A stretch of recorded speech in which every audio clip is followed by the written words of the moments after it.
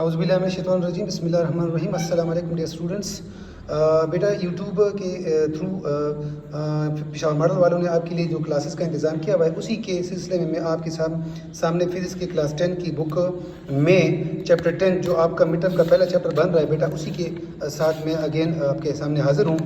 बेटा आज का जो हमारा टॉपिक है वो जो है ना, कुछ मैथमेटिकल रिलेशन हमने प्रूफ करनी है, कुछ मैथमेटिकल रिलेशन प्रूफ करनी है। और इसको जो है ना, मैं आपको क्वेश्चन 6 के फॉर्म में लिखा हुआ है कि find a formula for the time period and frequency of a mass spring system. Now जिस तरह बेटा आपको पता है कि मास स्प्रिंग सिस्टम को हमने अपने लास्ट लेक्चर में जो है ना कवर किया था, और मास स्प्रिंग सिस्टम के साथ हमने ये भी प्रूफ किया था बेटा कि उसके अंदर जो ब्लॉक की जो मोशन होती है इलास्टिक स्प्रिंग के साथ, जो ब्लॉक एम की जो मोशन होती है वो सिंपल हार्मोनिक मोशन होती है। अच्छा बेटा, तो इसी तरीके से आपके सामने मैंने जो सिंपल पेंडुलम की जो मोशन है उसको भी डिराइव करके मैथमेटिकली फॉर्म से आपको ये बताया था कि उसकी जो मोशन होती है वो भी सिंपल हार्मोनिक मोशन होती है। अच्छा, अभी जो टॉपिक बेटा हम डिस्कस कर रहे हैं तो ये भी उन्हीं के साथ जो है ना उनकी एक कंटिन्यूटी है। Time period T and frequency of a mass spring system, किस तरह हम बेटा उसके लिए मैथमेटिकली फॉर्म डिराइव कर सकते हैं। Since we know that in point number 1 you see that since we know that the acceleration of a simple harmonic motion is a equal to minus constant x. Now here constant is replaced by 4 pi square or t square। मतलब कहने का ये है कि बेटा यहाँ पे हमारे पास जो कांस्टेंट के लिए हम वैल्यू डाल रहे हैं वो 4 pi square और t square है।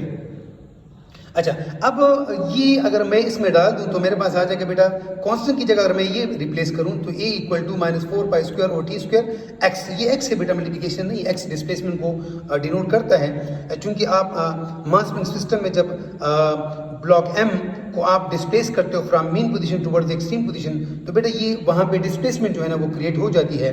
ये उस डिस्प्लेसमेंट के लिए हमने एक्स को जो है ना वो सिंबल यहाँ पे यूज़ किया हुआ है। But we also know that A equal to minus K और एम एक्स। लेकिन हमें ये भी पता है कि ब्लॉक एम में मास स्प्रिंग सिस्टम में बेटा जो एक्सेलरेशन पैदा होती है वो आपके सामने जो है ना बेटा मैंने डिराइव भी की थी अपने लास्ट लेक्चर में। उसकी जो वैल्यू है बेटा हमारे पास इक्वेशन नंबर 2 के फॉर्म में यहाँ पे अवेलेबल है, A is equal to minus K और एम एक्स। अच्छा, अब ये तो हमारे पास इक्वेशन 1 एंड इक्वेशन 2 होगी। You see that both have a left side equal, so their right side must be equal.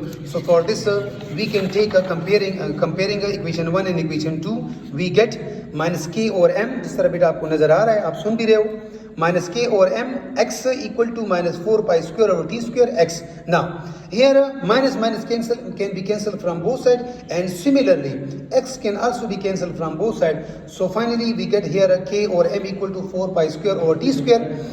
और अगर हम रीअरेंज करें, क्या मतलब रीअरेंज करें बेटा, अगर हम t के लिए जो है ना वो वैल्यू को अरेंज करें तो हमारे पास जो रिजल्ट आ जाता है t square equal to 4 pi square और m और k।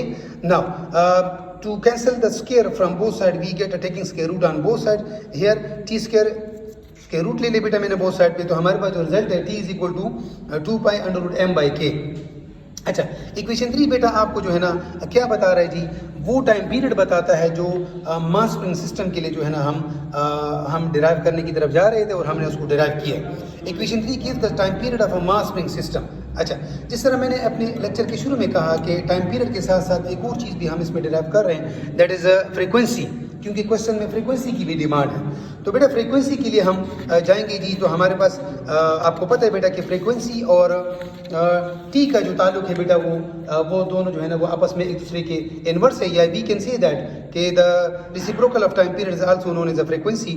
So putting the value of a t from equation number from the last equation here, so we get 1 over, यहाँ पे बेटा हमने क्या करना है, टी का जो रिजल्ट था, क्या रिजल्ट था, t is equal to 2 pi under root m by k, जो मास स्प्रिंग सिस्टम का जो टाइम पीरियड है वो रिजल्ट जो है ना बेटा वो आप इसमें डाल दें, तो finally you get f equal to 1 over 2 pi under root k by m।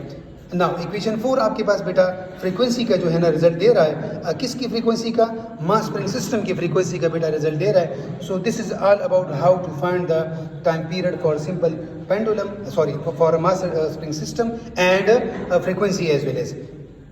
अब जिस तरह मैंने अपने लेक्चर के शुरू में आपको बताया बेटा कि इस लेक्चर में ना सिर्फ हम टाइम पीरियड और फ्रीक्वेंसी मास स्प्रिंग सिस्टम के लिए बेटा डिराइव करेंगे, बल्कि उसके साथ साथ जो है ना हम सिंपल पेंडुलम भी जो चूँकि वो उसके अंदर जो मोशन होती है बॉब की वो सिंपल हार्मोनिक मोशन होती है, तो उसकी जो है ना बेटा उसका भी टाइम पीरियड हम डिराइव करेंगे और उसकी भी जो फ्रीक्वेंसी है वो हम डिराइव करेंगे।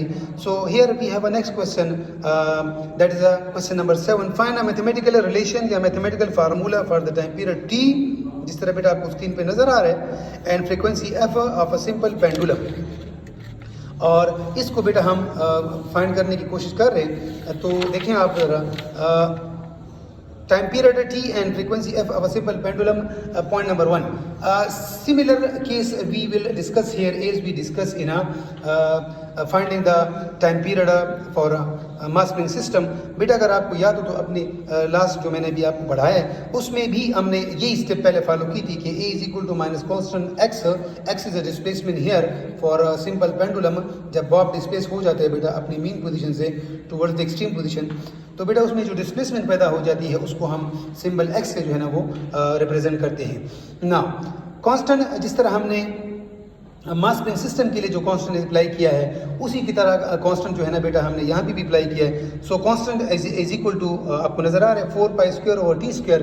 अच्छा, अगर हम इस कांस्टेंट को रिप्लेस करें बेटा तो हमारे पास जो रिजल्ट आ जाता है A is equal to -4 pi square over T square into x is the displacement.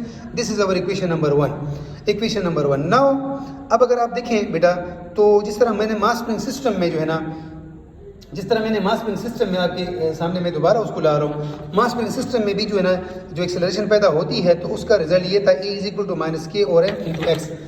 Similar will be the case here, but here actually we are dealing with a simple pendulum।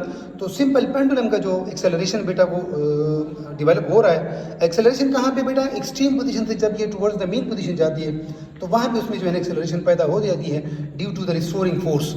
उस acceleration की जो equation है बेटा वो है जी a is equal to -g over l, that is x is again displacement here and g is a gravitational acceleration and l is what? L is the length of the simple pendulum। क्योंकि Bob जिस thread के साथ लटका होता है उसकी जो length है उसको हम स्मॉल l से बेटा जो है ना वो क्या करते हैं जी रिप्रेजेंट करते हैं। अच्छा, अब आप देखिए ना तो इक्वेशन 1 में आपके पास a इज इक्वल टू ये आ गए और इक्वेशन b में 2 में जो है ना आपके पास a। सो both have a acceleration on the left side, so we can compare equation 1 and equation 2। Comparison से बेटा हमारे पास जो सूरत हाल आ जाती है वो आपके सामने है। So comparing equation 1 and equation 2 we get आपके पास जो इक्वेशन 1 का जो इक्वेशन 2 का जो लेफ्ट साइड है वो है जी -g over l into x, और इक्वेशन 1 का जो राइट साइड है बेटा वो, तो दोनों को कंपेयर करके हम उसको इस तरह लिख सकते हैं। Now cancelling the negative sign from both side and also displacement x from both side, so we get g over l, we get g over l is equal to 4 pi square over T square. अच्छा, क्योंकि हमें time period चाहिए तो time period के लिए हम थोड़ी सी arrangement करते हैं। ये यहाँ पे बेटा आपके पास डिनोमिनेटर में है तो ये यहाँ पे आ जाएगा, तो t is equal to 4 pi square l over g and taking square root on both side. तो स्क्वायर रूट जब हम बोथ साइड ले लेते हैं बेटा तो हमारे पास t जो है ना वो सिंपल फॉर्म में आ जाती है, that is t is equal to 2 pi under root l by g. अच्छा बेटा, तो इक्वेशन 3 जो है ना आपके पास टाइम पीरियड प्रोवाइड कर रहा है जी सिंपल पेंडुलम का। इसी इक्वेशन को अगर आप बेटा गौर से देखें तो time period of a simple pendulum को कौन सी चीज़ जो है ना बेटा वो अफेक्ट करती है, यानी इस पे कौन सी चीज़ जो है ना वो असरअंदाज होती है। तो बेटा इस पे जो असरअंदाज होने वाली चीज़ है तो वो जो है ना उसका सिर्फ और सिर्फ जो थ्रेड की जो लेंथ है बेटा वो है। बाकी आपके पास पाई और जी ये चीज़ें तो कांस्टेंट है, तो सिर्फ और सिर्फ the factor which affect the nature of a time period of a simple pendulum actually be its L, that is length. So equation 3 gives the time period of a simple pendulum। अच्छा, अब अगर हम बेटा frequency की तरफ अगर हम जाएं, क्या करें बेटा, अगर हम इसकी फ्रीक्वेंसी की तरफ जाएं तो हमारे पास जो रिलेशन है जिस तरह मैंने आपको ऊपर मास स्प्रिंग सिस्टम में भी बताई थी बेटा वो है जी f is equal to 1 over t. f is equal to 1 over t मतलब ये कि reciprocal of time period can also be known as a frequency. So f is equal to 1 over t. अब जो आपने ऊपर जो t का result बेटा निकाला हुआ है तो t का रिजल्ट ये देखें, ये जो t का रिजल्ट है इक्वेशन 3 से, ये बेटा जो है ना आप क्या करें, आप यहाँ पे टी की जगह पे जो है ना आप डाल दें तो आपके पास f is equal to 1/2 pi into g और एल अंडर रूट आ जाएगा। Equation 4 gives us the mathematical formula for the frequency of a simple pendulum. तो बेटा ये हमारे पास फ्रीक्वेंसी की फॉर्म आ गई, किसके लिए? सिंपल पेंडुलम के लिए। तो आप इस पे बेटा ट्राई करें, कोशिश करें और इंशाल्लाह अगले लेक्चर के साथ आपके सामने हाजिर होंगे। अल्लाह हाफिज़।